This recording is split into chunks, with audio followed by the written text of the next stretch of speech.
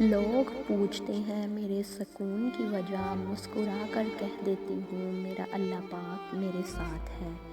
اگر کبھی ایسا لگے کہ تم تھک چکے ہو اور دعا مانگنا بھی مشکل لگے تو اللہ کے سامنے صرف ہاتھ پھیلا لیا کرو۔ تمہارے پھیلے ہاتھ اس بات کا ثبوت ہیں کہ تم رب کائنات کے محتاج ہو، اور بے شک میرا رب تو خاموشیوں کو بھی سن لیتا ہے۔